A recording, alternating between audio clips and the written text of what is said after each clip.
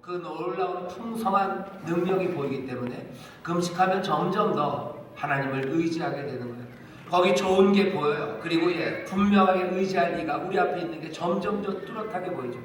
금식하는 사람들은 그래서 점점 주님만 바라보며 주님만 의지하게 되는 줄 믿습니다. 왜 신년초에 금식할까? 다른 거 아니에요. 다시 한번 주님을 의지하며 살아가는 삶이 얼마나 복된지를 우리가 확인하는 겁니다. 사람들은 회개할 때 금식해요. 이게 금식이 벌 받는 거 아닙니다.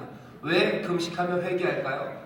회개하는 이유를 잘 보시면 그것도 마찬가지예요. 하나님만을 의지하겠다는 겁니다. 회개하는 상황들이 생기죠. 그죠? 내 삶에 어려움이 닥칠 때가 있고 내 죄와 잘못으로 인하여 삶이 엉클어져요. 그럼 하나님 앞에 나와서 회개합니다. 엉클어진 것들을 내가 풀려면 어떻게 해야 돼요? 밥 많이 먹고 가서 풀어야 돼요. 그죠? 밥 많이 먹고 가서 풀어야 되고 뭐 여기저기 뛰어다니면서 문제를 해결해야 됩니다. 내 잘못을 해결하기 위해서 변호사 사러 가야 되고 아니면 어디 무마하러 가야 되고 아니면 어떤 사람 입 다물러 가야 되고 내가 힘들게 이리저리 뛰어야 합니다. 하지만 죄 그리고 그로 인해서 엉클어진 삶 앞에 사람들은 어떻게 하기를 원하셔요? 회개하기를 원하셔요. 회개하고 금식하는 겁니다. 왜요? 이제는 내가 할 수 있는 건 아무것도 없어요. 내 삶은 온전히 주님만 의지하는 거예요. 회개해야 되는 자리에 금식하는 것도 그래서 그런 거예요. 주님만 의지해요. 삶에 어려운 문제가 나올 때 사람들은 금식합니다. 그렇죠? 적들이 쳐들어올 때 금식해요. 그리고 우리가 감당할 수 없는 문제가 앞에 있을 때 우리는 기도합니다. 적들이 쳐들어올 때는 원래 어떻게 해야 되는 겁니까? 성 쌓아야 되죠. 돌이라도 미리 준비해야 되죠. 무기가 없으면 그죠? 어디 가서 짱돌이라도 주워와야 돼요. 그리고 물이라도 끓여서 오면 물이라도 끼얹어야 되고 분주합니다. 바쁩니다. 적들이 오면 바빠요. 그리고 내가 대적할 수 없는 적들이 올 때는 아예 도망갈 길이라도 만들어야 돼요. 안 되면 땅굴이라도 파야 됩니다. 아니면 누구에게 비둘기라도 날려야 되고 뭔가 바빠요. 그러려면 한 개라도 한 술이라도 더 떠먹고서 내가 바쁘게 뛰어다녀야 합니다. 하지만 문제가 닥칠 때 사람들 어떻게 금식합니다. 이건 뭐예요? 온전히 내 힘과 내 의지 그리고 내 능력이 아니라 우리의 삶은 온전히 하나님만 의지하는 삶이라는 걸 알기 때문입니다. 문제가 닥칠 때 금식해요. 이건 하나님 앞에 온전히 몽땅 다 맡기고 의지하는 삶, 그 삶을 같이 붙잡는 겁니다. 사람들은 그러죠. 문제가 닥쳤는데 왜 금식하냐 그러죠. 왜 하나님이 널 도와주실 것 같냐? 네가 해결해야지. 아니에요. 하나님이 의지하는 자에게 복을 주시고 하나님 앞에 기대는 자, 그 사람들을 하나님께서 살리심을 우리는 믿기에 더욱더 문제 때 주를 의지하는 줄 믿습니다. 믿음이라는 건 그거예요. 여러분들 믿음이라는 거 잘 보세요. 믿음은 내가 강하게 뭔가 심리를 꽉 세우는 게 믿음이 아닙니다. 믿음은 뭐예요? 신뢰하는 거예요. 의지하는 게 믿음입니다. 의지하는 거예요. 믿음은 하나님께 기대는 게 믿음이지 내가 내 정신력 아니면 의지력을 꽉 세워가지고 그냥 빳빳하게 무슨 풀맥인 와이셔츠처럼 딱 세우는 게 믿음이 아니에요. 믿음은 뭡니까? 믿음, 신뢰예요. 내가 얼만큼 더 하나님 앞에 기댈 수 있는가, 더 많이 주께 기대는 사람, 그 사람이 믿음 있는 사람들인 줄 믿습니다. 그러니까 믿음 있는 사람들은 어때요? 훨씬 더 순종적이고요, 훨씬 더 겸손합니다. 우리가 오해하는 게 있어요. 믿음이 좋은 사람들은 뭐가 똑바로 서 있는 사람인 것 같은데 아니에요. 믿음이 좋은 사람들은요, 엎드리는 사람들이에요. 믿음이 좋은 사람들은 기대는 사람입니다. 누구에게? 주께 기대고 의지하는 겸손한 사람들, 그 사람들이 믿음의 사람들인 줄 믿습니다. 오직 나의 의인은 믿음으로 산다고 하셨어요. 하나님의 의인에게 복을 주셔요. 하나님의 의를 이루는 그 사람들을 하나님이 인도하시는데 누가 의인의 복을 누립니까? 믿음의 사람들. 의인은 믿음으로 산다 하셨습니다. 올 한 해 2018년 주를 신뢰하며 살아가는 여러분 되시기를 주의 이름으로 축원합니다. 금식하며 주를 의지하는 여러분 되시기를 주의 이름으로 축원합니다.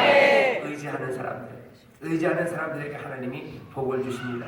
자, 오늘 우리가 읽은 말씀은 골로새서 3장 12절부터 4장 6절까지 좀 긴 말씀이에요. 설교의 제목은 서로를 섬기는 교회입니다.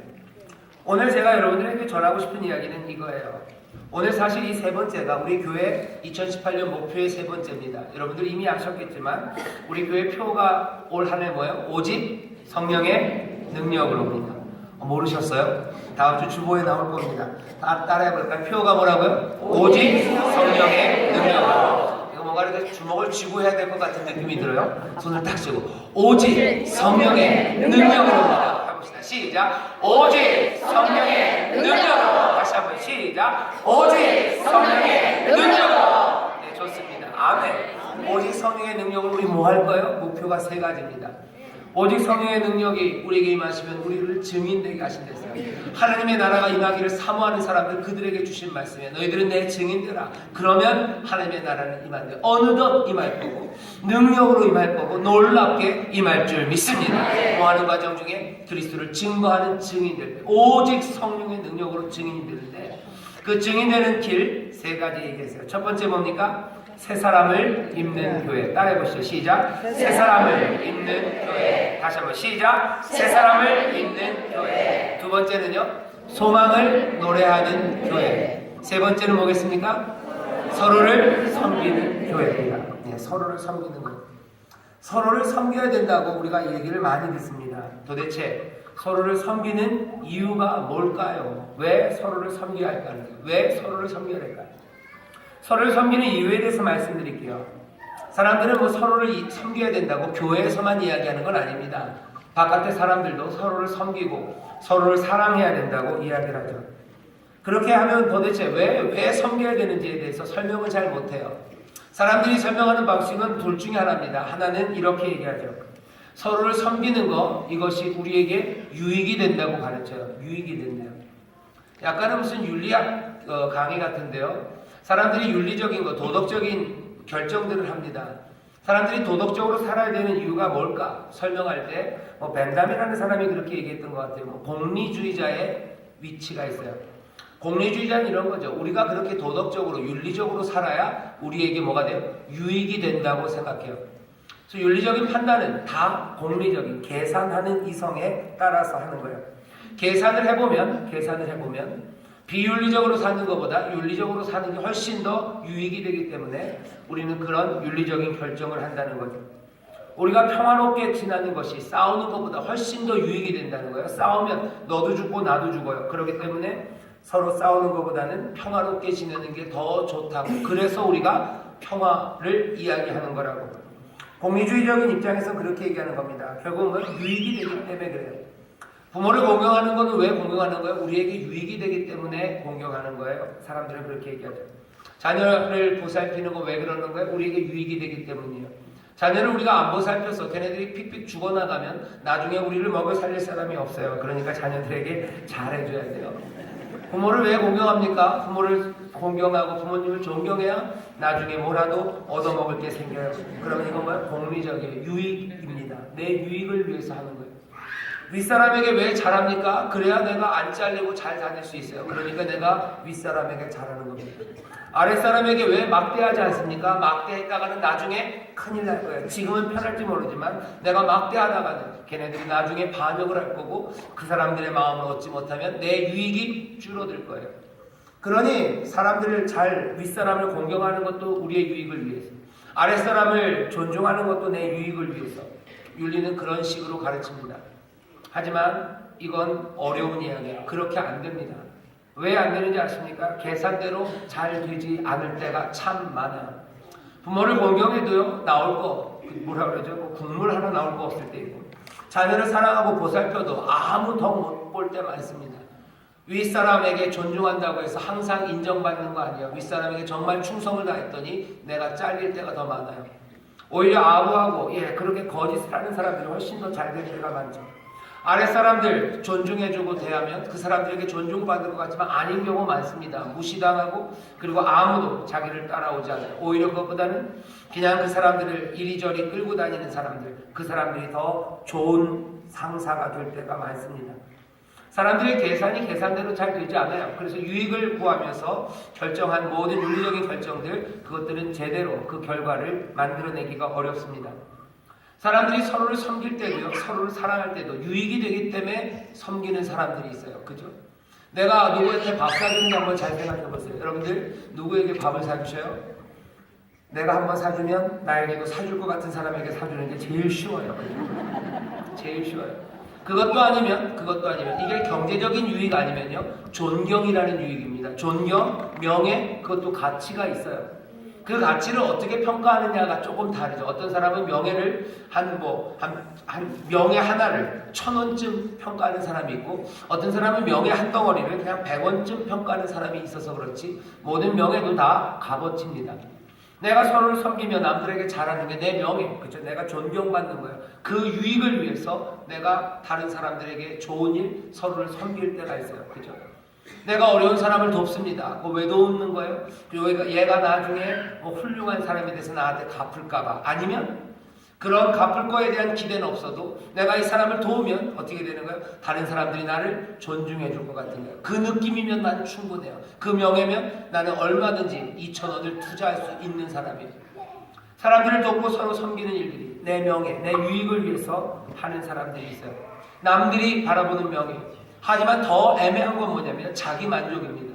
남을 도울 때 이상하게 우리가 자기 만족이 조금 있어요. 만족스러워요. 이건 조금 또 위험하기도 합니다. 뭐냐면 자기 자랑이에요. 나르시스트들이에요. 그냥 남들에게 밥 사주면서 그냥 혼자 기분 좋은 사람이 있어요. 그리고 남들 도와주면서 그냥 자기 만족이 확 올라가는 사람들이 있어요. 나쁘니까 그럴 잘 모르겠어요. 잘 모르겠습니다. 저도. 서로 안 섬기고 그냥 지 욕심대로 사는 사람보다는 좀 낫습니다. 하지만 주님이 우리에게 가르쳐 주시는 삶의 방법은 아닙니다. 왜냐하면 자기 만족을 위해서 섬기는 사람들, 자기 만족을 위해서 뭔가를 하는 사람들은요, 무너지기가 쉬워요. 왜냐하면 자기가 만족하지 않는 일, 거기에는 뛰어들어가지 않아요. 남들에게 받는 존경이 있어요. 저 사람에게 존경받고 싶지, 저들한테는 존경받고 싶지 않아요. 그러면 삶이 어그러지기 시작합니다. 계속해서 섬기는 삶 살 수 없어요. 누가 봐도 아름답고 이기적이지 않고 나눠주는 삶 살 수 없습니다. 내 만족 따라서, 아니면 다른 사람의 평판에 따라서, 아니면 내 유익에 따라서 그 선한 일, 남을 섬기는 일을 한다는 것, 이건 굉장히 위험하고 아슬아슬합니다. 많은 사람들이 그래서 넘어져요. 자기 만족을 위해서 좋은 일 하는 사람들 넘어지기 쉽습니다. 남들에게서 칭찬받고 남들의 눈을 의식하면서 섬기는 일 하는 사람들 넘어지기 쉬워요. 주의 종들도 마찬가지입니다. 저도 마찬가지예요. 제가 여러분들한테 설교하는 것, 제 유익을 위해서 할 수도 있어요. 그런 목사님들이 있어요. 저는 아니기를 바랍니다. 자기 유익을 위해서요. 교회가 붕대고 막 그러면 자기 유익이 생겨요. 돈도 많이 생기고, 그죠? 좋은 차도 타고. 그러니 뭐요? 섬기고 사랑해요. 왜? 사랑을 많이 줄수록 돈이 생기는 거예요. 그래서 하는 사람이 있을 수 있습니다. 저는 아니기를 바랍니다. 어떤 사람들은 명예를 위해서요. 주의 일을 하면서도 자기 명예를 위해서 하는 사람이 있어요. 목사님들 그런 사람들이 있어요. 돈은 안 챙겨요. 하지만 자기는 뭐가 더 좋아요? 명예가 더 좋아요. 사람들의 박수 받는 게 더 좋아요. 박수 받는 게 더 좋아서 하는 일들이 있어요. 저도 그런 사람이 아니길 바랍니다. 또 뭐 하는 거예요? 자기 만족이. 남들의 존경은 그것까지 신경 쓸 건 없어요. 그냥 내가 따라가고 내가 만족하면 그 일로 그 내가 하는 수고, 그리고 선행, 사랑, 그것들을 하려는 사람들이 있습니다. 어떻게 보면 다 괜찮아 보여요. 하지만 주께서 우리에게 보이신 그 길은 아닙니다. 믿음의 사람들은 그렇게 살지 않습니다. 서로를 섬기는 이유가 달라요. 다시 말씀드릴게요. 하나님의 나라를 꿈꾸는 사람들에게 주가 하신 말씀은 하나밖에 없어요. 너희는 내 증인이 되리라. 우리는 십자가에 우리를 다 못 박았어요. 내 유익도 이제 더 추구할 게 없어요. 죽은 사람이 무슨 유익을 차립니까? 나는 더 이상 다른 사람의 명예도 필요 없어요. 죽은 사람이 무슨 다른 사람의 눈 명예가 필요합니까? 죄송스럽지만 돌아가신 분들 이렇게 염을 한다고 그러죠. 마지막 시신을 수습할 때 무슨 부끄러워서 얼굴 가리는 시신을 보신 적 있나요? 없어요. 명예 그거 없습니다. 죽었어요. 그렇다면 내 만족 아닙니다. 십자가에 다 죽었어요. 아무것도 남은 거 없어요. 우리가 믿는 사람들은 그렇게 믿는 거예요. 십자가에 몽땅 다 죽었고 이제 내가 사는 건 내 안에 그리스도가 사시는 그 그리스도의 삶만 보여요. 그리스도만 증거되는 겁니다. 내 삶의 모든 목표들, 내 삶의 모든 방향들은 그리로 향해 있어요. 바울의 고백이 그래서 참 놀랍고 참됩니다. 나는 십자가에서 죽었고 나는 이제 내가 산다는 이 숨이 붙은 내 삶, 이 삶은 온전히 그리스도의 생명, 그리스도의 삶, 예수 그리스도가 이루어놓으신 그것들을 증거하며 사는 거예요. 그 생명으로 사는 겁니다. 에베소서 2장에 보면 그렇게 돼 있었죠. 한 세 사람을 지었대요. 세 사람 하나를 만드셨어요. 그리고 그것들은 한 사람이에요. 교회가 하나입니다. 우리가 하나예요. 이전에는 다 각각 따로따로 살았지만 이제는 아니에요. 이제는 한 사람이에요. 한 사람. 그리스도라는 한 사람, 한 세 사람을 지셨어요. 우리는 그 생명을 살아가는 거지 이전에 내가 살았던 나의 삶 그런 건 없습니다. 내 유익을 따라, 내 만족을 따라, 아니면 내 명예를 따라 살아가는 그런 삶은 없어요. 오직 성령의 능력으로, 성령이 우리 가운데 임하셔서 그 권능, 그 힘과 능력으로 우리는 그리스도를 증거해요. 그리스도가 하신 일을 증거해요. 그리스도가 하신 일은 뭡니까? 우리를 몽땅 다 죽이셨어요. 그리스도가 하신 일은 우리를 몽땅 다 죽이시고 우리를 새롭게 살리신 일, 그것이 그리스도가 살리신 일. 왜 그리스도가 이 땅에 오셨을 때, 빛이 오셨을 때 그것이 단지 구원만이 아니고 이 땅에 심판으로 오셨냐고, 왔다고 말씀하셨는지 기억하셔야 돼요. 빛이 이 땅에 온 건 이미 오신 것이 심판입니다. 심판이 임했어요. 죄인은 죽어야 합니다. 예, 죽었습니까? 예, 우리 죄인이었습니까? 예, 맞아요. 그럼 뭐요? 죽어야 됐습니까? 예, 죽어야 됐습니다. 그러면 아직 안 죽었습니까? 아니요, 우리는 죽었습니다. 우리는 죽었어요. 그리스도와 함께 죽었어요. 당연히 죄인들 죽어야 됩니다. 하나님의 의는 그렇게 이루어진 거예요. 우리를 죽이신 거예요. 그리고 뭐예요? 하나님의 의가 이루어지고요. 하나님의 은혜가 우리를 죽은 자 가운데서 다시 살리신 거예요. 예수 그리스도를 죽은 자 가운데 살리신 것처럼 우리도 그리스도와 함께 부활했다고 말합니다. 우리 가운데 역사하는 생명은요, 그냥 예전 생명은 이제 죽었고 우리 안에 역사하는 그 생명은 부활의 생명이에요. 부활의 생명, 예수 그리스도의 생명이 우리 가운데 있기 때문에 우리의 삶도 마찬가지입니다. 생명은 삶이에요. 이 삶은 그리스도의 삶입니다. 성령의 능력으로 우리가 그리스도를 증거한다는 것, 이 그리스도의 삶이 우리 가운데 나타나요. 그리스도가 만들어 놓은 건 뭐예요? 한 세 사람을 지었대요. 우리가 서로 한 몸이라면 여기 서로를 섬긴다는 게 뭔지 여러분들 다시 한번 보기 시작해야 돼요. 이제 더 이상 내 만족을 위해서가 아니라, 내 유익을 위해서가 아니라, 내 명예를 위해서가 아니라 우리는 한 몸, 그리스도가 이루어 놓은 한 몸이에요. 우리는 함께 자라갈 겁니다. 생명은 자라갈 거예요. 우리가 한 몸이 되어 서로를 섬길 수밖에 없어요. 서로를 사랑하고 서로에게 지혜를 권면할 수밖에 없습니다. 그렇지 않으면 이 한 몸은 제대로 설 수가 없어요. 우리가 한 생명을 가졌다는 것, 이건 놀라운 일입니다. 그리스도가 행하신 일. 여러분들은 아직도 아닌 것처럼 보이지만 그리스도의 증인 되시는 분들은요, 분명히 확인하셔야 돼요. 우리 안에 있는 건 한 생명, 우리가 한 몸이라는 거예요. 우리가 서로 돕지 않고 서로 권면하지 않고 서로를 일으켜 세우지 않는다면 그리스도가 이루신 일, 한 몸을 만드신 그 일이 증거되지 않습니다. 한 몸을 지으셨다면 그 지으심이 증거돼야 되는데 어떻게 해요? 서로가 서로를 섬김으로 증거되는 거예요. 우리가 왜 서로를 섬깁니까? 왜 서로를 사랑합니까? 우리가 왜 서로를 지혜롭게 지혜의 말로 권면하고 일으켜 세우고 이끌려고 합니까? 내 유익 아니에요. 그럼으로써 그리스도가 행하신 놀라운 일이 증거되기 때문에 한 몸이라는 게 증거됩니다. 새 생명이라는 게 증거됩니다. 새 사람이라는 게 증거됩니다. 그리스도가 만드신 놀라운 구원의 역사와 그 평강, 하나님의 은혜, 그것들이 증거되는 거예요. 우리는 그것 말고 다른 삶이 없어요. 그리스도가, 우리 사랑하는 예수님께서 이 땅에 오셔서 하신 일이 다른 거 아니에요. 아버지의 일을 하십니다. 내가 말하는 거, 내가 행하는 거, 내가 사는 거, 이건 내 삶이 아니라 아버지의 삶이에요. 우리도 똑같이 고백합니다. 우리가 살아가는 삶, 이건 내 삶이 아니고 아버지의 삶이에요. 그리고 그리스도, 우리에게 생명을 주신 놀라운 그리스도의 삶, 그 생명을 우리가 살아요. 이걸 놓치기 시작하면 우리는 헤맵니다. 뭘 하며 살아야 되는지, 우리의 방향이 어딘지를 몰라요. 우리가 살아가는 길이 어딘지를 몰라요. 부활의 생명을 살아가는 사람들, 하나님의 자녀로서 살아가는 사람들, 다시 말씀드릴게요. 그 사람들에게 뭐 하나님의 자녀들이에요. 영광이 임하는 줄 믿습니다. 아버지가 모든 것들을 책임지시는 줄 믿습니다. 아버지의 나라, 아버지의 은혜, 아버지의 공급하신 가운데 살아가요. 그러니 우리는 어떻게 하면 됩니까? 그리스도가 이루신 이 일들 하며 살면 돼요. 예수님이 이 땅에 사실 때 어떻게 살아가셨나 보셔요. 광야에서 시험 당하십니다.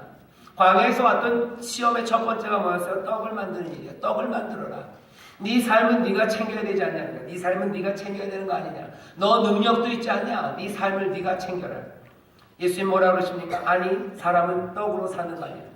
내 삶은 내가 챙겨 사는 거 아니야. 나는 무엇으로 살아요? 사람은 하나님의 말씀으로 사는 거예요. 사람은 내가 챙겨서 내가 벌어먹고 산다고요? 아닙니다. 하나님의 은혜로 사는 거예요. 세상은 끊임없이 얘기합니다. 네가 벌어먹지 않으면 넌 죽는다.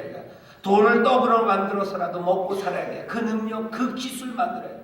돌을 떡으로 만드는 기술을 만들어야 된다고. 이 광야를, 그죠? 이 광야에서 뭔가 먹을 걸 구하는 방법들, 그것들 찾아 나서야 된다고 얘기해요. 예수님, 아니, 사람은 그렇게 사는 거 아니다 말씀하시죠. 서로를 섬기는 삶이요 어렵습니다. 서로를 섬기기 위해서 내어줘야 돼요. 그러려면 하나님이 이루신 그 은혜 그리고 공급하신 그것들을 의지하지 않고는 서로를 섬기는 삶, 이건 너무나 어렵습니다. 하지만 아버지의 말씀으로 살고 아버지의 은혜로 산다는 것을 믿는 사람들, 그 사람들은 서로를 섬기는 그 삶을 살 수 있는 줄 믿습니다.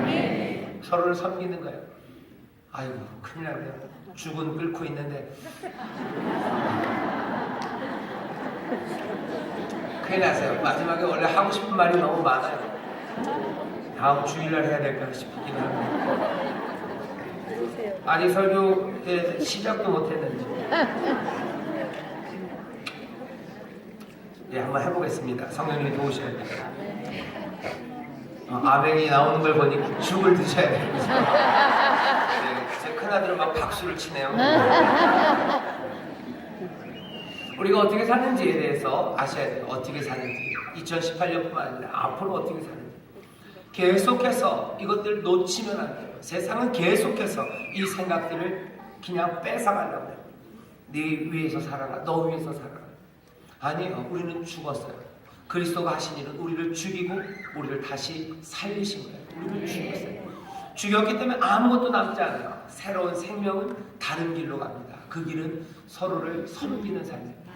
내 유익이 아니라 내 명예가 아니라 내 만족이 아니라 나는 그렇게 살아가도 우리를 한 몸으로 부르셨어요. 이건 성령의 능력 없이는 안 됩니다. 성령의 능력이 우리 가운데 임하시면 서로가 달리 보여요. 옆에 있는 사람은 한 몸이에요. 서로를 섬기게 됩니다. 이거 안 하면 어려워져요. 여러분들 우리 교회뿐만 아니라 대한민국에 있는 교회를 사람들이 어떻게 생각하는지 설문조사했대요. 이거 2017년 말에 한국 목회자회인가 거기서 나온 자료인데요. 꽤나 사람들에게 충격을 줬어요. 어떤 충격이냐면 우리나라 사람들이요 싫어하는 종교들이 있어요. 얼마나 싫어하는지. 어떤 종교를 제일 덜 싫어하는지 아셔요? 제일 안 싫어하는 종교가 뭐게요? 불교랍니다.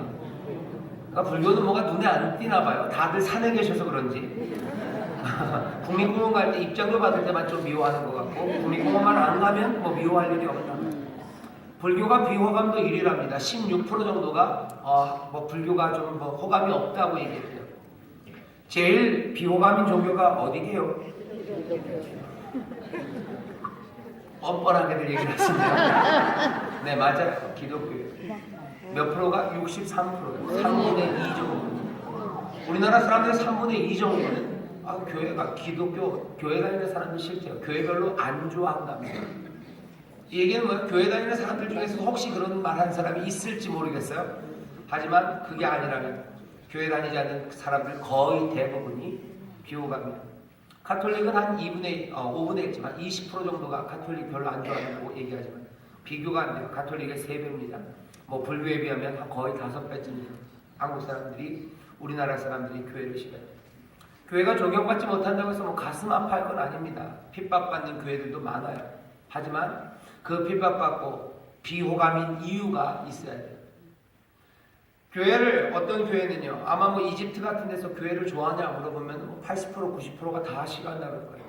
하지만 그렇다고 해서 이집트의 사람들이 이집트에 있는 교회들 콥트 교회를 싫어하는 이유가 대한민국 사람이 한국 교회를 싫어하는 이유 그런 이유 같지는 않을 겁니다. 한국 교회를 왜 싫어하는지 그 이미지들이 나와. 이건 더 충격적이에요. 교회에 대한 비호감도가 80% 90% 그렇다고 해서 흔들릴 건 없어요. 어차피 핍박받고 진리 그것들을 미워하는 사람들이 많다고 우리가 위로할 수 있는데 싫어하는 이유가 이겁니다. 제일 많은 게 68%가 이렇게 얘기한대요. 이기적이래요. 교회는 이기적이래요. 또 뭐라고? 물질 중심적이래요. 그게 65%입니다. 그리고 권위주의적이래요. 56%. 교회를 미워하는 거 얼마든지 미움받을 수 있어요. 왜? 우리는 미움 안 받으려고 사는 사람 아니에요. 우리 존경받으려고 사는 사람들 아니고 칭찬받으려고 사는 사람들 아닙니다. 사도행전에 보면은 사람들이 교제하고 말씀 안에 충만해지니까 사람들이 존경하고 박수 쳤다 그랬어요. 그건 결과일 뿐이에요. 그런 결과가 나올 수도 있어요. 하지만 그렇게 존경받으려고 우리는 애쓰는 사람들 아니에요. 사회에서 존경받으려고 애쓰지 않습니다. 사회에서 박수 받으려고 우리가 애쓸 필요가 없어요. 우리는 뭐 하면 돼요? 그리스도를 증거하면 되는 거예요. 우리에게 계신 새 사람 그거 입으면 되고 소망을 끊임없이 말합니다. 아멘. 소망을 말한다고 사람들이 다 존경할 것 같아서 아닙니다. 어느 곳에선 존경받을 거예요. 하지만 어느 곳에는 소망을 말하다가 죽는 사람들 많아요. 핍박받는 사람들 많아요. 서로를 섬기는 것이 늘 사랑받을 것 같으시죠? 아닙니다. 어디선가는 그것 때문에 핍박받고 욕먹을 때 많아요. 그리스도를 섬기며 그 증거하는 그 길을 가는 것. 그러다가 핍박받을 수 있고 그러다가 욕먹을 수 있어요. 베드로가 그러죠. 너희들 고난당하는 거 그거 두려워하지 않아도 되는데 그런데 너희가 잘못해서 핍박받으면 그거 갖고 위로받지 말아라. 너희들이 그리스도의 길을 가다가 핍박받는 거 그건 얼마든지 즐거움으로 기쁨으로 핍박 그거 받으래.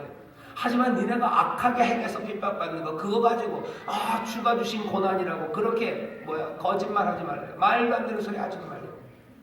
교회를 싫어하는 이유가 이기적이기 때문이랍니다. 교회를 싫어하는 이유가 물질 중심적이기 때문이랍니다. 교회를 싫어하는 이유가 권위주의적입니다. 이건 들어야 되는 얘기예요. 우리가 뭐 하는 겁니까? 그리스도를 제대로 증거하지 못하는 거예요. 우리가 죽고 그리스도가 우리에게 주신 부활의 생명으로 사는 한 몸이라고 우리가 그렇게 고백하고 그렇게 따라가지만 그렇게 살지 못했음을 외부의 사람들이 분명히 보여주는 겁니다. 우리 교회가 그리고 우리 성도들이 서로 섬기는 모습이 보였으면 좋겠어요. 뭘 원하시는지 우리는 이제 분명히 압니다. 그러면 뭐예요? 그것대로 살아가기 시작하는 거예요. 그게 예배입니다. 그게 하나님을 섬기는 방식이에요. 로마서 12장 처음 시작에 보면 그렇게 되어 있죠. 이제 너희 몸을 하나님이 기뻐하시는 산 제사로 드리래. 이것이 너희가 드릴 영적 예배다. 하나님 앞에 드려지는 삶, 너희들의 삶은 그렇게 드려져야 됩니다. 그러려면 어떻게 해야 됩니까? 이 시대를 본받지 말래요. 이 시대를 본받지 말아라. 분별해야 돼요. 마음을 새롭게 해야 돼요. 마음을 새롭게 함으로 변화를 받아. 이건 성령이 우리에게 가져다 주시는 새로움입니다. 하나님의 선하시고 기뻐하시고 온전한 뜻 그것이 무엇인지를 분별하기 시작하셔야 돼요. 그 다음에 뭐라고? 로마서 12장 여기를 집에 가서 읽어보세요. 그러고 나서 뭐예요? 그렇게 깨달았어요. 오늘 우리에게 하신 일이에요. 이제는 어떻게 합니까? 로마서 12장 쭉 읽어보면 직분대로 그리고 하나님이 우리에게 은혜 주신 대로 사랑 안에서 부지런히 소망 그 소망에 있는 하나하나씩 행하기 시작해야 돼요. 그 일은 어떻게 시작됩니까? 새 사람을 입는 것으로 시작돼요. 또 어떻게 해요? 소망을 노래하는 것 그거 행하는 것 그리고 서로를 섬기는 그 일을 행하시기를 주의 이름으로 축원합니다. 이게 우리가 드릴 영적 예배. 우리는 예배하고 하나님은 어떻게 하셔요? 우리에게 복을 주셔요. 우리가 구하며 사는 거 아니에요. 우리가 얻어서 우리가 땅 파먹고 사는 사람들 아닙니다. 우리는 뭐요? 하늘에서 오는 것으로 살아요. 우리는 하나님 앞에 예배하고 하나님은 우리를 인도 만나는 우리 가운데 내리고요. 우리는 주를 의지하며 주께 제사드리고 예배하며 살아갑니다. 어떻게 드리는 게 예배인지 얘기하는 거예요. 너희들 제대로 분별해서 받은 직분대로 받은 은혜대로 사랑 안에서 부지런히 소망의 인내 가운데 기도하며 그 일을 행하랍니다. 이게 우리가 행할 일이에요. 어디서 들은 이야기입니다. 어떤 목사님이요 무슨 외국에 한번 놀러 가셨나 봐요. 근데 주일을 끼고 가셨어요. 그러면 안 되는데 목사님 왜 그러셨는지 모르겠어요. 주일이니까 예배를 드려야 되는데 가보지 않았던 동네이기 때문에 교회가 어딘지 잘 모르고 예배 시간을 잘 몰라요. 그래도 수소문해서 막 찾아갔어요. 찾아갔는데 예배가 벌써 다 끝났나 봐요. 사람들이 이제 다 나옵니다. 다 나오는 사람들에게 이 목사님이 물어봤대요. 예배가 다 끝났냐고. 그랬더니 아마 그날 목사님이 그 교회에서 어떤 설교를 하셨는지 모르겠는데 성가가 쓱 나오면서 씩 웃으면서 얘기했어요. 아니요, 예배는 지금부터 시작입니다. 그러면서 무슨 얘기예요? 이제 밖으로 나가서 행할 거예요. 그게 드릴 영적 예배. 아멘. 그렇게 행하기 시작해요. 그러면 하나님은 우리에게 복을 주시는 줄 믿습니다. 아멘. 여기까지가 원래 서로 첫 번째 장이었어요. 자, 섬겨야 되는데 어떻게 섬길까? 궁금하시죠? 알려드릴게요. 오늘 본문을 보시죠. 골로새서입니다. 골로새서 17절, 3장 17절을 보세요. 무엇을 하든지 말에나 일에나 다 주 예수의 이름으로 하고 무엇을